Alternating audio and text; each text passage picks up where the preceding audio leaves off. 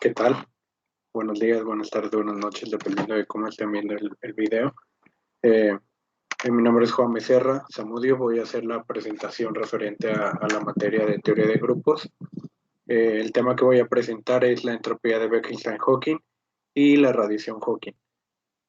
Platicando un poco de cómo surgió el motivante para hablar sobre estos temas. Todo surgió porque en alguno de los artículos que nos pasó el doctor Marco para que leyéramos y nos diéramos una idea de los temas que nos gustaría presentar o que íbamos a presentar, leí un artículo del doctor Obregón. Al leerlo me di cuenta y dentro de las referencias de ese mismo artículo, estaba como una de las principales referencias o como de uno de los fundamentos principales detrás de ese trabajo. Estaba un artículo hecho por Bekenstein en 1973, donde hablaba formulaba la entropía de un agujero negro y su relación con el área.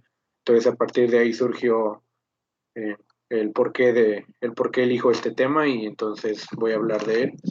Eh, Posteriormente, además de hablar de la entropía de Bekenstein-Hawking, hablaré sobre cómo complementó el trabajo de Bekenstein, Stephen Hawking.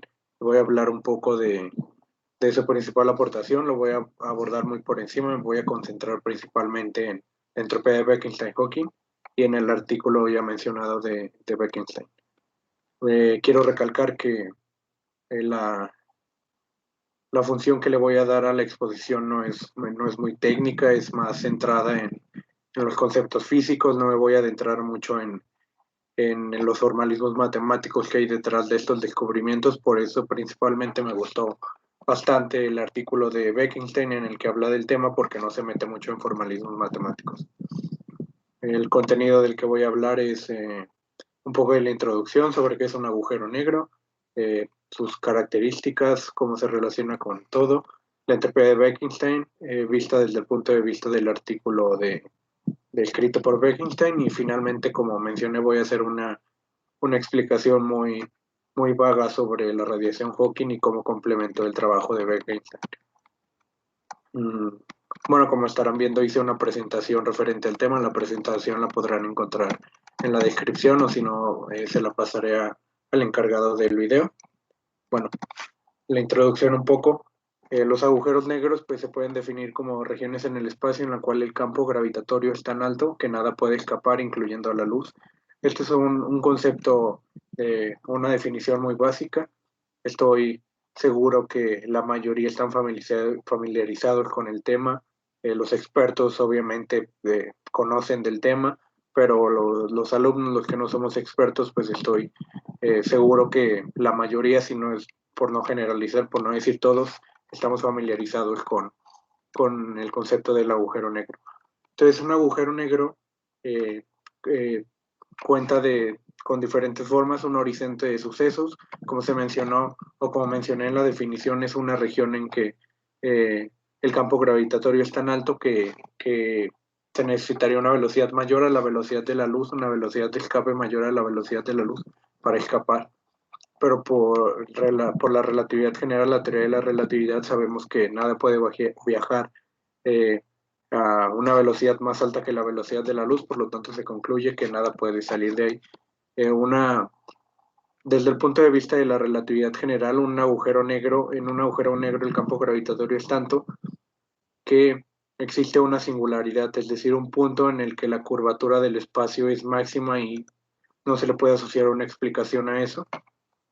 Pero posteriormente esta singularidad es cubierta por un horizonte de sucesos, que es a partir de cuando ya no se puede observar nada, ya nada es observable. La luz ya a partir de ahí no puede escapar. Y uno de los primeros o de los pioneros en presentar el tema fue precisamente un año después de la formulación de la teoría de la relatividad de las ecuaciones, que el astrofísico Schwarzschild eh, propuso una solución exacta a estas ecuaciones, eh, con un modelo de un agujero negro esféricamente simétrico, de masa constante y estático. pero existen diferentes modelos de agujeros negros que rotan, que tienen carga, que tienen masa, y por eso se le puede asociar una ergosfera, se llama, es una región asociada a agujeros negros que están en rotación. Entonces, esa o ergosfera, perdón, se encuentra afuera del horizonte de eventos. Entonces, por ejemplo, un físico llamado Robert Penrose teorizó sobre un proceso en el que se podría extraer energía de esta ergosfera, de un agujero negro rotatorio, eh, debido a que no se encuentra en el horizonte de eventos, se encuentra fuera, entonces sería accesible entrar o obtener esa energía. Pueden ser descritos desde un punto de vista macroscópico, o solo pueden ser descritos por su carga, por la conservación de la carga, por la conservación de la energía o de la masa, por eso pueden asociársele una masa, y por la conservación del momento, y por eso puede asociarse un momento a ellos. Ya entrando sobre el tema de mi investigación, la entropía de Bekenstein. Bekenstein escribió un artículo en 1973, según otras fuentes que consulté, parte de los fundamentos por los que empezó esta investigación fue porque su maestro John Wheeler, al que se le atribuye el nombre o nombrar a los agujeros negros, le planteó un problema en el que se hace un té con agua caliente, se sabe que se está creando entropía o que tiene una entropía asociada. Si ese té se tira en el agujero negro o pasa el horizonte de sucesos, entonces sería inaccesible entrar o medir esa entropía, entonces se estaría violando la segunda ley de la termodinámica porque el cambio de la entropía sería menor que cero, sería negativo, entonces se estaría violando. Entonces, repito, según autores que no tienen que ver con Bekenstein, Bekenstein no menciona eh, esta duda que le plantearon. Entonces, bueno, lo que él sí plantea en los primeros capítulos de este artículo, específicamente en el primer capítulo, plantea analogía física entre el agujero negro y la termodinámica. Entonces hace analogías muy estrechas entre el área del horizonte de sucesos de un agujero negro y la entropía de un sistema termodinámico tal cual. Entonces menciona la analogía de que los cambios en un sistema de agujeros negros seleccionan una dirección en el tiempo en particular, la dirección en el tiempo en la que el área crece. Y también análogamente los cambios en un sistema termodinámico seleccionan una dirección en el tiempo específica, que es la dirección en la que la entropía aumenta. Entonces está esta similitud entre estas dos propiedades, el área y la entropía. Entonces las dos tienden a incrementarse. También menciona que en un sistema termodinámico un incremento en la entropía implica que cierta energía no puede ser convertida en trabajo. Análogamente, en un sistema de agujeros negros, un incremento en el área incrementa la masa irreducible. La masa irreducible eh, fue un descubrimiento de un matemático y físico llamado apellidado Christodoulus, que descubrió que, si bien, como ya mencioné, por el proceso de Penrose se teorizó que se podría extraer energía del agujero negro, habría una masa o energía, habría una masa que ya no podría ser extraíble, que se llama masa, se nombró masa irreducible, eh, y, y, bueno, el cambio en un sistema de agujeros negros incrementa el área e incrementa su masa irreducible, lo cual implica que cierta energía no puede ser convertida en trabajo, entonces se ve muy claramente en los enunciados cómo está la analogía entre la entropía y el área. Y finalmente, la analogía más fuerte a la que llega es la descrita por las ecuaciones de la termodinámica, la ecuación de, de la energía, el trabajo y la energía interna del sistema asociada, que es esta ecuación que se ve aquí, que está con un 3, y él deduce una segunda ecuación que tiene que ver con el agujero negro, donde el cambio de la masa tiene que ver con estos parámetros que pone aquí. Entonces empieza a hacer una similitud Si se ve aquí, aquí hay un dl que significa un cambio en el momento angular y aquí hay un dq que es un cambio en la carga. Asocia este factor como el voltaje, entonces el voltaje por unidad de carga nos daría energía, y igual aquí es el cambio del momento angular, también nos daría energía, por lo tanto ve el análogo del trabajo en la ecuación de la termodinámica normal en estas dos variables, en la suma de estas dos. Y entonces solo nos quedaría, como sabemos que la masa es una forma de energía según la ley de la relatividad, la teoría de la relatividad, perdón. Entonces nos quedan estos dos términos. Llega bueno, esta es el área del horizonte de sucesos que le asigna un valor específico y llega a la conclusión de que, o a la analogía viendo las dos ecuaciones, de que ds y dA pues equivaldrían a lo mismo, serían análogas. Entonces, para ahondar más en el tema, Wittgenstein introduce la entropía desde el punto de vista de la teoría de la información. Y desde el punto de vista de la teoría de la información, la entropía de un sistema mide la incertidumbre o la falta de información sobre la configuración interna del sistema. Si lo único que se sabe de un sistema es que cierto estado n puede estar con una cierta probabilidad n, entonces se le puede asociar a una entropía, dada esta definición, que se nombra o que se llama entropía de Shannon, que viene dada por esta fórmula, donde implica la probabilidad de dar un estado n y la suma de estas probabilidades. Entonces, dada este punto de vista de la entropía desde teoría de la información, menciona que la entropía desde el punto de vista de la teoría de la información implica que entre mayor sea la información que se tenga de un sistema, menor va a ser la entropía, como ya se mencionó en la definición. Si conozco más de un sistema de la configuración interna, entonces la entropía va a disminuir. Pero al contrario, si desconozco o pierdo información sobre el sistema, entonces la entropía del sistema aumenta. Y por eso se ve en esta ecuación prácticamente esto. Un ejemplo que da que me parece muy interesante es la reducción de un gas ideal a temperatura constante, entonces la entropía también se puede expresar termodinámicamente como energía sobre temperatura. Entonces, si la temperatura es constante y se está reduciendo, entonces estaría disminuyendo la entropía. Pero, como se está disminuyendo la presión del gas ideal, las partículas estarían más quietas y sería más factible obtener información sobre la posición de las partículas o sobre la configuración interna del sistema del gas. Por lo tanto, pues se evidencia como si una disminución en la entropía implica conocer más información. Menciona que la unidad de medida de esta entropía es el bit, que es la información de un sistema de dos posibles estados con igual probabilidad, que muchos la explican como en una pregunta de sí o no, ambas tienen la misma probabilidad de pasar. Si supiéramos la respuesta, el bit sería, dada por la entropía, por la fórmula de Shannon, sería en medida logaritmo de 2.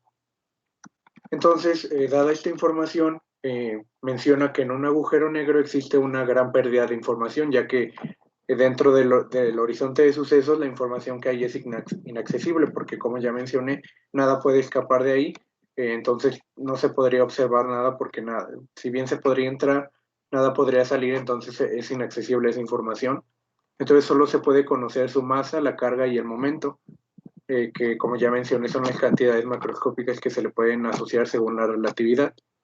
Entonces la información que entra o que hay en un agujero negro entonces se vuelve inaccesible, por lo tanto concluye que debería existir una gran entropía dentro, esto desde teoría de la información, dentro de un agujero negro asociado a su área, y precisamente eso es lo que aborda posteriormente en el artículo.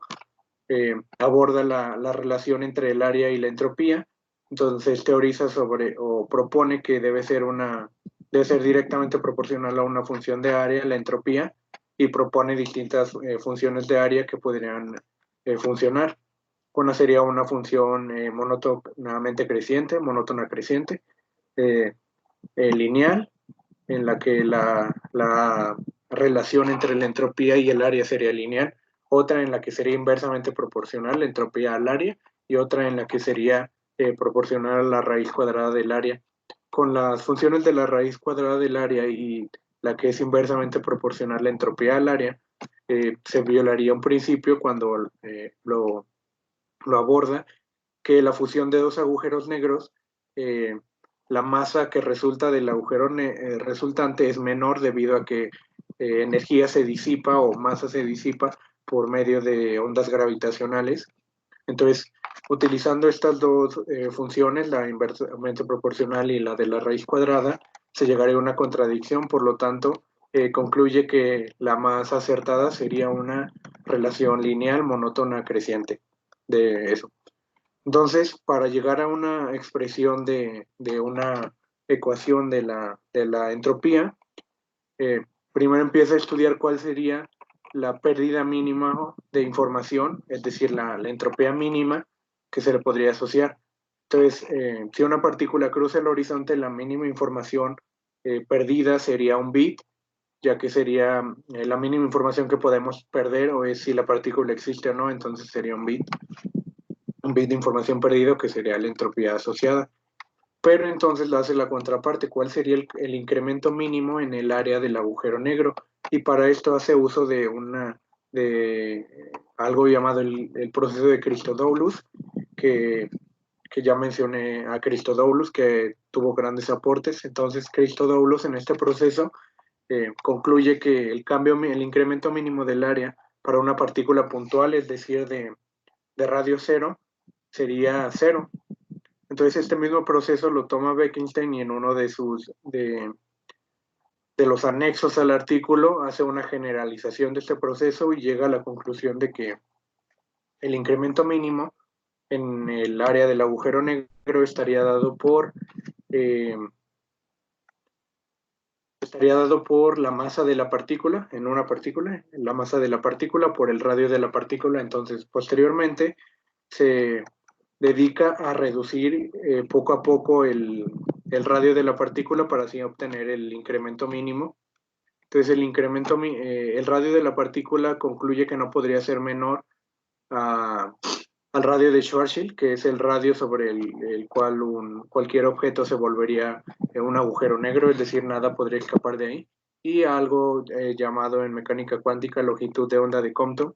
Entonces el radio no podría ser menor a estas dos cantidades. La longitud de onda de Compton es una longitud de onda de una propiedad de las partículas, que sería cuál sería la longitud de onda de una partícula si si la masa de esta partícula fuera como un fotón. O sea, si esta partícula fuera un fotón, ¿cuál sería su longitud de onda?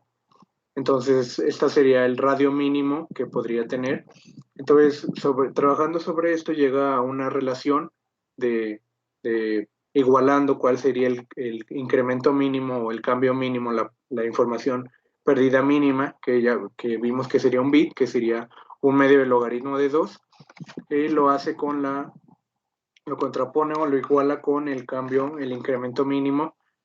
Entonces llega a esta conclusión, donde se me olvidó mencionar parte de que la función de área sea directamente proporcional, implicaría una constante que esté multiplicando. Esta constante tendría que tener unidades de energía negativa. Entonces la constante que cumpliría de 1 sobre energía, la constante que cumpliría con esa relación sería la constante de Planck reducida. Entonces por eso introduce la constante de Planck reducida. Y menciona que posteriormente veremos que se relaciona un poco con lo que hizo Stephen Hawking. Menciona que no se deben asustar porque hasta ese momento no se pensaba en una explicación cuántica de un agujero negro que llevaba cientos de años, bueno, no cientos de años, llevaba mucho tiempo siendo explicado por la relatividad general. Entonces no se concebía cómo se podía combinar esto, pero entonces menciona que como es entropía, en ciertos sistemas termodinámicos, en la entropía está asociada a la constante de Planck. Entonces no, que no nos asustáramos porque usar esta constante cuántica, pero posteriormente veremos cómo tenía un poco de lógica, porque Stephen Hawking demostró que la entropía y la temperatura sí venía asociada por factores cuánticos, y entonces esta constante tiene cierta lógica. Entonces, dado todo esto, llega esta relación y llega a cuál sería el incremento mínimo en la entropía del agujero negro dada su área y llega a esto. Entonces, llega a la conclusión de que es una cantidad enorme, que es lo esperable porque la información que se pierde en un agujero negro, la información inaccesible es colosal. Entonces, también evidencia esto eh, que la formación de un agujero negro es muy irreversible, evidencia lo irreversible que sería esta fusión. Luego, posteriormente, sobre esto trabaja Bekenstein, sobre la pregunta que planteé al principio, que menciono, no sé si sea genuino, pero varios autores la mencionan, que esta pregunta le surgió o se le cuestionó a Bekenstein por medio de John Wheeler, de que se estaría violando la segunda ley de la termodinámica. Entonces lo que Bekenstein responde a esto es que sí se estaría perdiendo cierta entropía porque a medida de que la información o la entropía que se tenía sobre el sistema anteriormente se está perdiendo o se vuelve inaccesible al entrar dentro del horizonte de sucesos. Pero esta entropía sería compensada o sería dada todavía por un incremento mayor, como la información inaccesible aumentaría. Entonces, la, la entropía asociada al área del agujero negro entonces aumentaría y esta entropía compensaría la pérdida de la información o de la entropía del objeto o del cuerpo que haya entrado. Entonces generaliza la segunda ley de la termodinámica, que el cambio de la suma de estas dos siempre va a ser positivo, entonces ya no se estaría violando la segunda ley de la termodinámica. Para terminar con este tema, cabe aclarar que esta entropía es una entropía no dentro del agujero negro, no asociada al agujero negro, sino sería una entropía desde el punto de vista de un observador externo al horizonte de sucesos y obviamente adentro del horizonte de sucesos. Entonces no es una entropía asociada internamente al agujero negro, sino una entropía que un observador pues puede asociar al horizonte de sucesos, al área del horizonte de sucesos. Bueno, voy a hablar un poco de la radiación Hawking, de cómo Hawking agarró este trabajo y aportaciones de muchos otros físicos y matemáticos y complementó el trabajo de Bekenstein y lo hizo particularmente en varios artículos, pero dos de los más importantes fueron uno muy breve que escribió de 2 páginas en una revista de física en 1974 y posteriormente extendió este trabajo en un artículo ya más formal en 1975. Entonces parte de las aportaciones de Hawking fue demostrar que la temperatura y tanto la entropía tienen implicaciones cuánticas, es decir, fue de los primeros o de los primeros físicos que combinó la relatividad general y la mecánica cuántica, que eran dos teorías que muchos no pensaban que se podrían combinar. Descubrió que hay una temperatura asociada que veremos más adelante y de lo más importante que se le asocia al descubrimiento de Hawking y a la demostración es que los agujeros negros emiten radiación.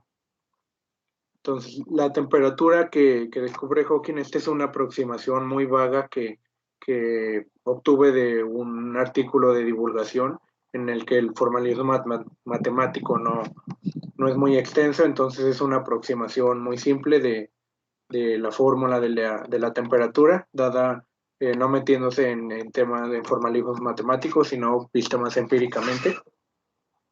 Entonces llega a la conclusión de que la temperatura del agujero negro es proporcional, antes de verlo aquí, es proporcional o está dado por el campo gravitacional del agujero negro, es decir, un agujero negro en el vacío, debido a su campo gravitacional e implicaciones cuánticas, ya que al estar en el vacío, en cuántica el vacío no es vacío, porque existen fluctuaciones de pares de partículas y antipartículas de materia que pueden estar surgiendo y aniquilando súbitamente. Entonces surgen estos pares de partículas antipartículas en el exterior o asociados al campo gravitacional del agujero negro y debido al vacío que hay en el agujero negro, Entonces, esta temperatura sería asociada al campo gravitacional y el campo gravitacional es inversamente proporcional a la masa del objeto. Entonces, por eso llega a la conclusión de que la temperatura es inversamente proporcional a la masa.